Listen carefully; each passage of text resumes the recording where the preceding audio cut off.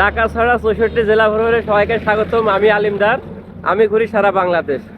তো বর্তমানে আজকে 18তম জেলা বগুড়া থেকে বিদায় নিচ্ছি। আর আরেকটা বিষয়, আমি বাসায় যাচ্ছি। কিছু একটু কারণ আছে, সেই কারণটা বলি যে আমার জেলা থেকে ডিসির ছাড়পত্র নেওয়া হয় নাই, ওইটা নেওয়ার জন্য আর কি আমি বাড়িতে যাচ্ছি। তো আমি বর্তমানে বগুড়া যে ট্রাক টার্মিনাল আছে আর সেখানে অবস্থান করতেছি যে এখান থেকে কোনো গাড়ি পাই কিনা।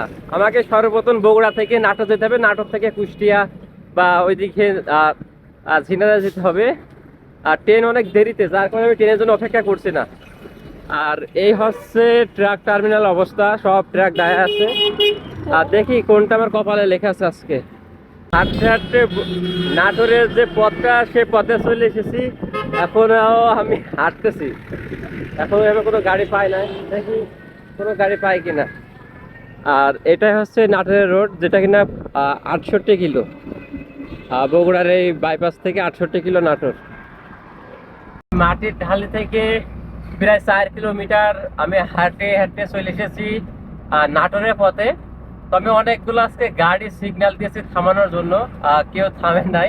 তো বিষয়টা খারাপ লাগতেছে না, কারণ সবাই যে দাঁড়াবে এমন কিন্তু না। তো আমি লাস্টে যে উস্তাদকে দাঁড়াই, এই যে উস্তাদ, আপনার নামটা? আপনার মুক্তার চৌধুরী উস্তাদ। আপনার বাসা কোথায়? আমার বাসা হলো বগুড়া 7 গ্রাম। বাগুড়া 7 গ্রাম। এই ড্রাইভার জগতে কয় বছর আছে? হয়ে যাবে তো 16-17 বছর। 16-17 বছর। আমি সিগন্যাল দিলাম, দাঁড়ালেন যে। আমি মনে করলাম যে আপনি হাতে কোথাও যাবেন, সেজন্য দাঁড়ালাম। আচ্ছা, তো অসংখ্য ধন্যবাদ আপনাকে। আর উস্তাদের সাথে একটা সহকারী আছে। আপনার নামটা? আমার নাম মোহাম্মদ শুভ। শুভ। ওরে, আপনি কত বছর আছেন উস্তাদের সাথে? 2 বছর। 2 বছর। তো উস্তাদদেরকে ধন্যবাদ, আমাকে নাটোর আগ পর্যন্ত পৌঁছে দিবেন। আর এভাবে হয়তো পৌঁছে যাবো আমার গন্তব্যে। আর এই যে নাটোরের যে রোডটা, নাটোর এবং রাজশাহী যাওয়ার যে রোডটা বগুড়া থেকে, খুবই সুন্দর, খুবই সুন্দর। হুম।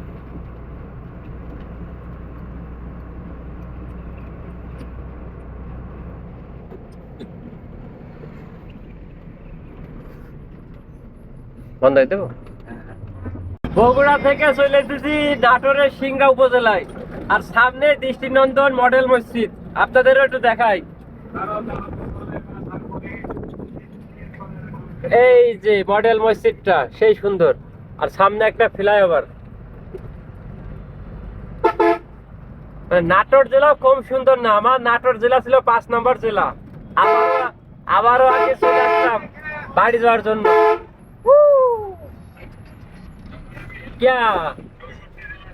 এই দেশে ভুল গাড়ি চালানোর জন্য তো অ্যাক্সিডেন্ট হয়।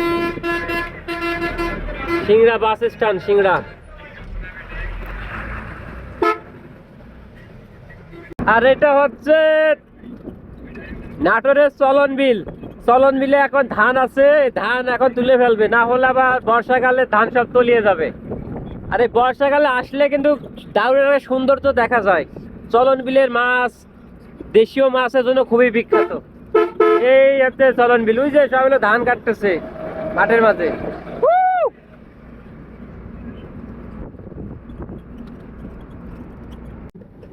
আর এই দিক যেহেতু হাওড় এলাকা হাঁসের চাষ।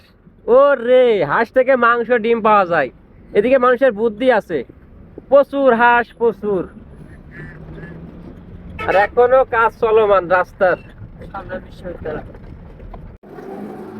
আমি যে এই ট্রাকে ছিলাম, বগুড়া থেকে এই ট্রাকে নাটোরে আসলাম। আমাকে এখনো আর কি নাটোরে যেতে হবে, এখানে আর কি স্কেল করে মাল আবার লাগাবে। আমি লেগে পড়েছি নাটোরে। এখন আমি নাটোর থেকে ট্রেনে যাব কোটচাঁদপুর, আর ট্রেন আছে রূপসা ডাউন। কোন গাড়ি পাওয়া যায়, বাকি হেল্প করে। আর এই যে নাটোরের যে রাস্তা, কি বলবো, মাথায় নষ্ট। মানে এত সুন্দর রাস্তা, আমাদের ড্রিম, আমাদের ঝিনাইদহ জেলার জন্য, ঝিনাইদহবাসীর জন্য কিছু বলার নেই। ট্রাক থেকে নেমে হাঁটতে হাঁটতে আর একটা ভ্যান পেয়ে যায়। ভাইরা এলো তেঁতুলির ব্যবসা করে। তেঁতুলির কেজি কত? 200 টাকা। এই যে 200 টাকা কেজি। আপনার নাম? রুবেল। কত বছর এই ব্যবসা করেন? এই দেবের পয়লা। আচ্ছা, এর আগে বড় বেল কত বেলে ব্যবসা করতাম। আচ্ছা করবে সব রকম ব্যবসা করে। ইনশাআল্লাহ। আচ্ছা আমার জন্য দোয়া করতে না। ঠিক আছে। তো ভাই তেঁতুলি ব্যবসা করে 200 টাকা কেজি। তেঁতুল কি এখন দিতে পারবে? বাসায় বাসা কোথায়? ও আচ্ছা, মানে এইদিকে আর নাই। মানে 1 কেজি হলে আমি নিতে পারতাম মায়ের জন্য। আচ্ছা ঠিক আছে। আর দ্বিতীয়বারের মতো আবারও চলে আসলাম নাটোরে, আর এটা হচ্ছে মাদ্রাসা মোড়। আর এইখান থেকে অটোতে করে চলে যাবে স্টেশনে। স্টেশনে 1:30-এ ট্রেন আছে, ওই ট্রেনে করে আমার যেতে হবে। এ দাদু, নির্দিষ্ট সময়ের আগে আমি স্টেশনে চলে এসেছি। 1:07 আছে রূপসা ডাউন, চিলাহাটি থেকে খুলনায় যাবে। তো এখনও ট্রেন আসে না, মানে ট্রেন আজকে সবগুলো লেট। আর আমি এই যে নাটোরের যে বিলটা এখানে অবস্থান করতেছি, মানে এখনও অনেক সময় রয়েছে, যার কারণে আর কি এখানে আসা। তো আমি এখনও কাউকে জানাই নাই যে বাসায় যাচ্ছি সিরাজগঞ্জে না যেয়ে। তো স্টেশন থেকে আর কি আমার বাসা তাড়াতাড়ি হবে। আর ওই যে দাদু ভালো, ঠিক আছে, এটা হাই বলে দেন, হাই বলেন। ওকে ঠিক আছে। আর এই যে স্টেশনে সবাই আর কি ট্রেনের জন্য বসে আছে, মানে সব ট্রেন আর কি লেট, সব ট্রেন। আর আমিও এই ফাঁকে একটা ভিডিও করে নিলাম যে আমি বাড়ি আসছি, কেউ জানে না কেন যাচ্ছি। অবস্থা 1:07-এর সময় এসে অপেক্ষা করতেছি স্টেশনে, ট্রেন আসছে তো এসেই যাচ্ছে। এখন বাজে 5টা, 4 ঘন্টা আমি দাঁড়িয়ে স্টেশনে নাটোরে। আমি যদি ট্রাকে করেও চলে যেতাম এতক্ষণ আমি ঝিনাইদহে পৌঁছে যেতাম, কিন্তু কে জানে যে এত দেরি হবে। আমার মতে যে আরও 2 জন আছে, ওনারা হলো খুলনাতে যাবেন। হ্যাঁ, খুলনাতে যাবে, মানে আমরা একই কলে গম দিয়েছি, এদিকে আটাও বের হয় না, আবার গমও দেয় না, মহা একটা জ্বালায় আছে। এখন ট্রেন আসছে, হুইসেল দিলে তারপর যাবো আর কি। হ্যাঁ, এখনও স্টেশনে দাঁড়িয়ে। আর স্টেশনে এই যে জুলাই যে স্মৃতিগুলো লিখে রেখেছে, যেটা ভালো। এই যে এই হচ্ছে সেই কাঙ্ক্ষিত ট্রেন, যেটার জন্য আমরা অপেক্ষা করতেছি সে অনেকক্ষণ ধরে। এই যে লোকোমাস্টার, এই ট্রেনে করে এখন আমরা যাব। বাবা যাই 4 ঘন্টা এই ট্রেনের জন্য দাঁড়িয়ে, 4 ঘন্টা। এই যে ট্রেন,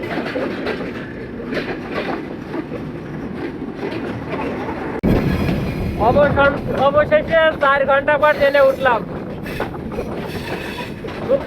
রূপসা এক্সপ্রেসে। এখন ট্রেন চলা শুরু করেছে, ট্রেনের ভিতরে আছি। আর এই যে বাই বাই নাটোর।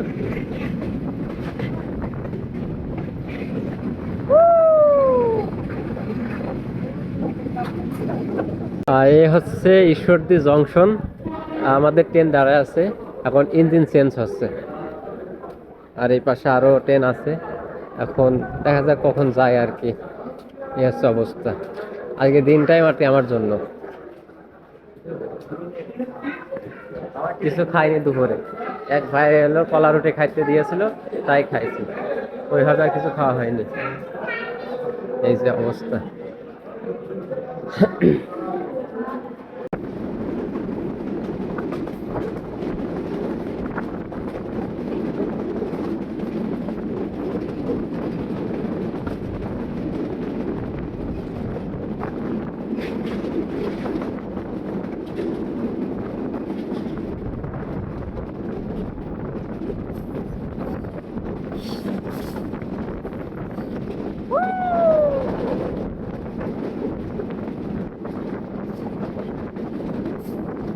পুরো ট্রেন বাঁকা, সামনে থেকে পিছন পুরোটাই বাঁকা, মাথায় নষ্ট। Journey by train.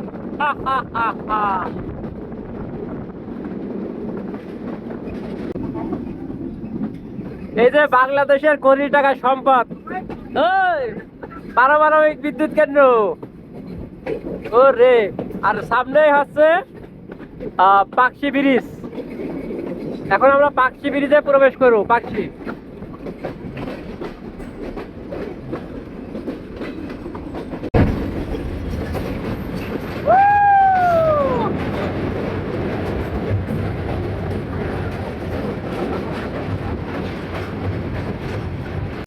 এখন রাত বাজে 8:30, 7:30। কিন্তু এখনো যাতে পারেনি। এখন সামনে হলো দর্শনা স্টেশন, তারপরে সাবদালপুর, তারপরে হলো কোটচাঁদপুর। তো আজকে যে লেট হলো বলার বাইরে। সবাই আর কি ভিতরে আছে।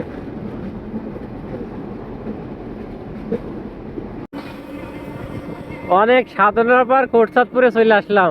আরে আল্লাহ, আজকে ট্রেন যে দেরি করেছে, 3 ঘন্টা 4 ঘন্টা লেট। অবশেষে 8টার সময় পৌঁছলাম কোটচাঁদপুরে। এখনো বাসায় যেতে হবে। আর কি বলবো, এটা হচ্ছে মেন স্ট্যান্ড। আর বললেন না, শেষ আজকে। গাড়ি পাইলে হয়।